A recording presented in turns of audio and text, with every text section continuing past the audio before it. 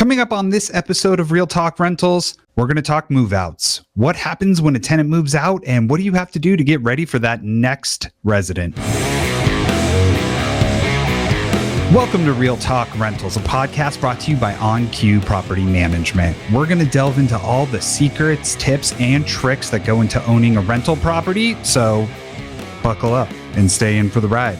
My name's Ben, I'm your host, and with me, as always, is my co-host, Eric Dixon, the go-to expert on all things property management and real estate here in Arizona. Today, we're going to be talking about what happens when the tenant moves out of a property, what processes get triggered, what goes from there. So let's jump right into it. And Eric, I'm just going to ask you that question. What happens when a tenant moves out of a property? Well, thanks for having me today. First of all, getting the afternoon jitters. So yeah, when a tenant moves out, I was trying to think as you were questioning that or phrasing that out. It starts before they move out, so it's going to start with a notice of some kind. So either the tenant or the owner is going to issue a notice to vacate. For us, people hire us to do that process for them, so they don't have to be the one, telling the tenant, "Hey, sorry, you got to move." But so it's going to be the owner or their property manager giving them notice, minimum in Arizona 30 days earlier than the lease expiration. Oftentimes it's 45, 60, maybe even 90 days prior. Or the tenant's giving their notice saying, "Hey, I'm moving. I'm buying a place. I'm moving to another place," or whatever. So I would say that's where it starts. And then from there, it kind of starts the whole cycle of the steps to take. So one is turning utilities on. So when the tenant moves out, there's not an interruption in service. Then when the tenant does move out, they'll turn in their keys. So the lease actually doesn't end until they turn in their keys and say, "I'm all the way out."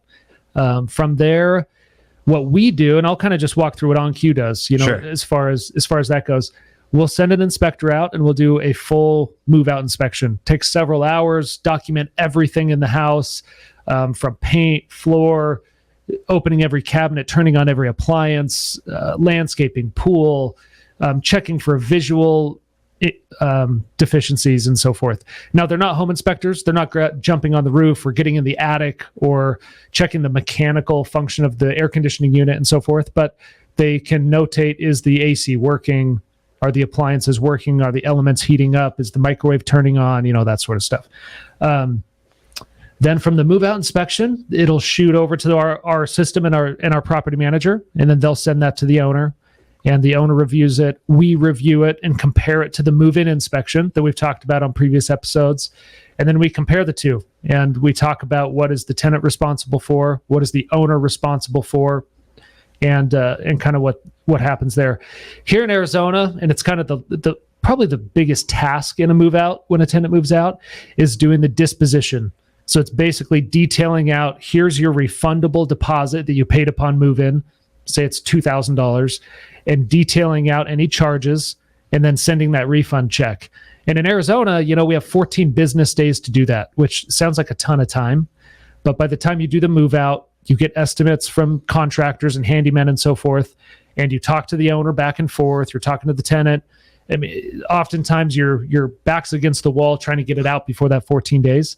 And as long as you get it out within those 14 days and it's clear and it is fair, and you do not charge for something that you're not actually going to do, it's actually a fairly simple process. Do they get the check at the same time as the disposition, or is the disposition like, "Hey, this is what to expect," and they have a chance to say, "No, that's not"? Yeah, so we mail the check out with it. Yeah, okay. So the money is due when the disposition goes out. Gotcha. And then there's the opportunity for the tenant to review, say, "Oh yeah, do you know what? I did forget to clean it. Got dinged for cleaning. Oh, I didn't clean the carpets. Got dinged for that. Oh, I ripped that TV off the wall and I didn't patch the drywall holes." Sure. Usually it's very simple things, they're charged for. Yeah. Well, that kind of brings us perfectly to my next question, which is, what is a tenant responsible for at move out, and what is a landlord responsible for? Like, what qualifies? You hear normal wear and tear a lot. Oh, yeah. People say that and stuff. So what kind of falls into a category of a landlord responsibility versus a tenant? Yeah. So what I say to everybody that asks, because I'll oftentimes get this asked by people interviewing us to be their property manager. It's damage and neglect and any unpaid charges on their ledger. So you think of damage as something they either did intentionally or it could have been an accident, but they didn't fix it before they went out. Neglect, you'll see a lot with some people just don't even vacuum the whole tenancy. Oh. It sounds crazy, but they may not vacuum or clean, or, they were just neglectful in the landscaping and it killed a bunch of bushes and that sort of thing. It reminds me, there was and this is kind of going back to your first question again, but we had a tenant that we actually had a citrus tree die. It was in the front yard, and they said, oh yeah, we just turned off the water. We wanted to save the water bill. This is a big, beautiful tree, right? So the owner was upset about it. It was neglectful and it was damaging. So yeah, it's a fair charge, to charge them to replace this tree. So I want to say it was like $600, for removing the old tree, buying the new tree, planting it, hooking it up to the water, to do that. So the tenant actually did not fight the charge. They charged them. I think it was the only thing on their ledger. They got charged $600 for killing the orange tree. Yeah. And then in their head, they're like, well, we saved $2,000 in water or whatever, or water and upkeep and so forth, whatever. So they were fine with it. Well, 3 months down the road, we paid the owner the $600 because he said, hey, I have my own landscaper. He's going to install it next week, whatever. It's all good. New tenant moved in, thought nothing of it. Well, I think it was 6 months later, the previous tenant calls us and says, hey, that tree I was just charged for $600? It's not there, and I want my money back. Oh. And, the property manager comes in my office, is like, hey, what do we do? And I'm like, well, we cannot charge a tenant for work that was not done. So we called the owner, and what happened was they, maybe it was more expensive, or they just said, I'm just going to pocket this or whatever. And we said, dude, that's not fair. We ended up obviously giving the money back. But it just goes to the further point of you only can charge them damage, neglect, or unpaid charges, which an unpaid charge might be like an HOA fine from 6 months ago that they never paid. Sure. Or a late fee that they never paid, but we kept collecting rent. And so if we are just charging it just to charge it and not going to do the work, you can't do that. We would never, but you hear some horror stories of owners that are like, oh, I'm going to charge you to replace the carpet. And they just clean the carpet, but they charged them to replace it. I think that you often hear from tenants, people that rent, that's their biggest fear. You know, when they look at this deposit, like, did you do these things? So, and it sounds like, with the citrus tree, it was probably unintentional, right? Like it was just a misconception. But can you imagine being that person that drives by and is like, wait a minute. Yeah. You took $600 from me to put a tree in. And now it's just rock. Tree. Yeah. That's. Well, no, and it's a hard conversation to have with owners of ours and clients. It is a hard conversation to say, okay, Ben, we're going to charge the tenant $200 or $300, but Ben, you're actually responsible for $900 of work. And they're like, what do you mean? It was perfect when the previous tenant moved in. Yeah. But some of it's just deferred maintenance. It's like, hey, look, your house needs painted and it hasn't been painted in 10 years. That's not the previous tenant's fault. Sure. It's just wear and tear. Yeah. Or, hey, this the appliances are on their last leg. The appliances are like, hey, man, these are old from the 80s. You're trying to achieve top rent. And so it is a hard conversation. What the owners and clients usually want is, I want the house to get rent ready out of the tenant's deposit. Yeah. 100%. And it's like, that's not always even feasible. And again, I'll say it, I've said it on previous podcasts, but we'll tell them, like, hey, man, you might not be ready to be a landlord if you aren't willing to invest in the property during that turn. Yeah. And like you've said before, it ultimately leads to more rent. You know, it's thinking way too short term to be like, put those 80s appliances in there. It's fine. Well, you're going to get tenants who are okay with 80s appliances then. Yep. So on the tenant side, what if the move out is an eviction? What if they need to, and I know that's a whole, can of worms of its own episode, but in this process, what triggers when it's an eviction instead of a, notice of vacating? Yeah. So there's a couple ways. So one is an eviction. And like you said, this could be a whole other podcast of just like what goes on during an eviction. That's crazy. Yeah. But it could just be, we call them skips, where the tenant just literally walks in the office and says, here are my keys. And we're like, hey, you didn't give notice. And they're like, oh, sorry, I moved out. So on a skip or an eviction, that's more of a forcible eviction. I'm trying to think of a couple other scenarios that isn't conventional, right? And so we treat those in the same way, where we're still going to treat it like a normal move out, where we're going to do a move out inspection. We're going to do, document everything, but immediately they usually owe money more than the deposit. So like on an eviction, we start at 5 days. We send the 5-day notice.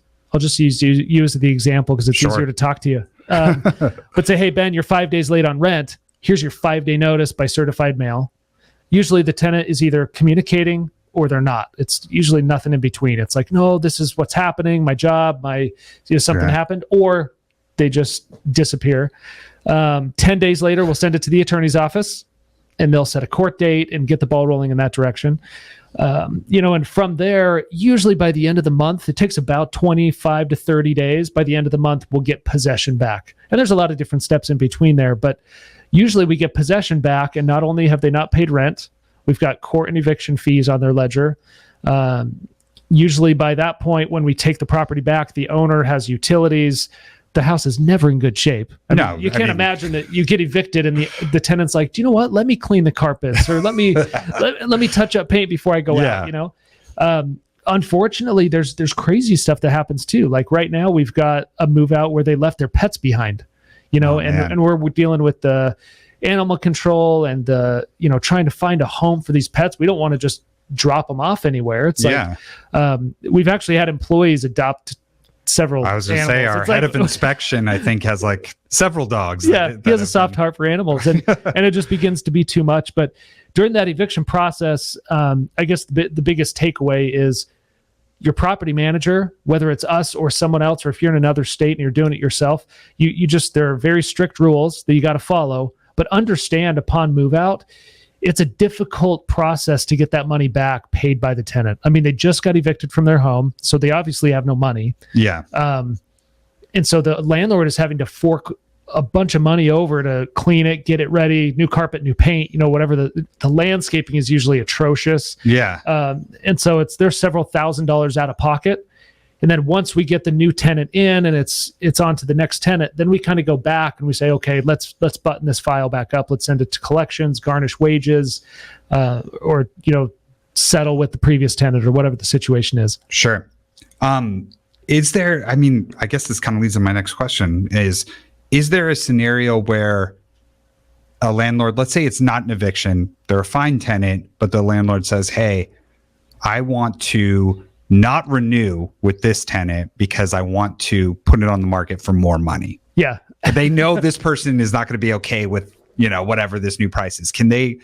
Is that doable? I've seen people ask that question before. Well, and it's like, you've seen this kind of be a trigger on the news even too. That's like, my landlord raised my rent $1,000, and the sticker shock is like, dude, that's messed up. Like, why would you raise the rent so high so quickly? So I'd say first, there's two sides to every story. Obviously, there are landlords taking severe advantage of different tenants. That's not okay. But there's also ways around negotiating rates and stuff like that. So there are a number of reasons. A few come to mind of reasons why you want to end the lease that's not an eviction.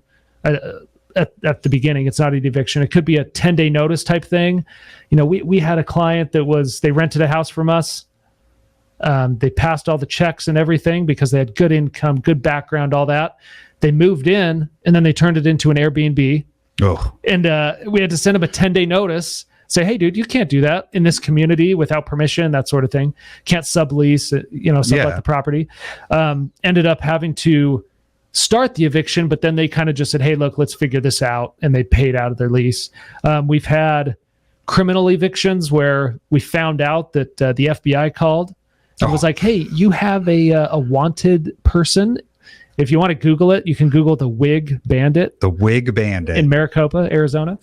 It was one of our tenants, and it was one of those things that's like, dude, they're current on rent. Great tenant. Great tenant. The routine inspections are coming fine, so we had to get our way out of that one. But I guess the biggest one you're dealing with that you're asking about is we'll take over properties. Maybe you're self-managing. We take it over, and we're like, man, Ben, you're $500 below market rent. What do you want to do?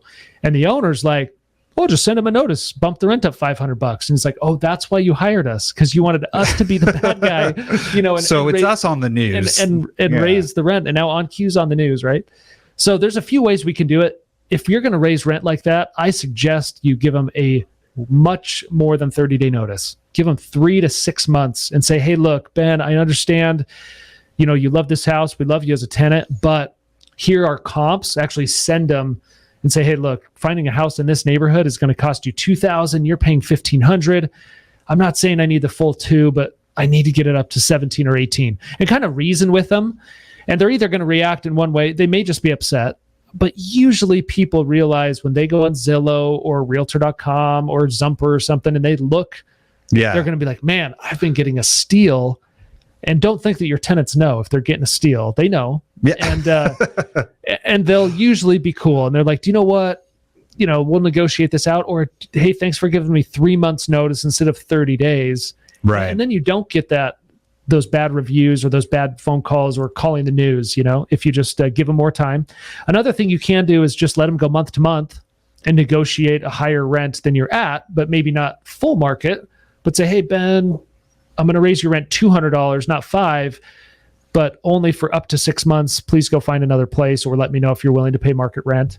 And then the only other caution I would say to landlords, whether you're self-managing again or have us managing it, and hopefully we're giving you this advice, our property managers, is there is value in keeping the tenant above getting full market rent, right? So as an example, if you're at $1,500 rent, market rent is $2,000, it's not worth losing this tenant if they're willing to pay $1,800 or $1,900, usually, if they're taking care of your place, because vacancy, right? You're going to lose your daily rental rate or your monthly. It could take 2 to 4 weeks.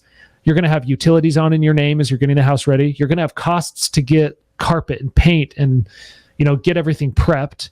You're going to have fees to your property management company, right? Marketing the property, getting pictures, leasing it out, the commissions. It's just not worth it to jump over penny or dollars to pick up pennies. I guess. Well, and rolling the dice to hope you get another great tenant. If you have a great tenant, and actually that's actually the best reason that I didn't even mention. You're rolling the dice, and even though the next tenant may check all the boxes, maybe they don't take care of it as much as your previous people did. So that's where, if we do routine inspections every 6 months and we show you, hey, look, they take care of the place, but they're under market rent. Let's negotiate the rent a little bit. Yeah. Dude, they take care of your property, and that is invaluable. Yeah. Why risk, getting someone in there who doesn't care as much, who kills your citrus tree? And then, No, totally.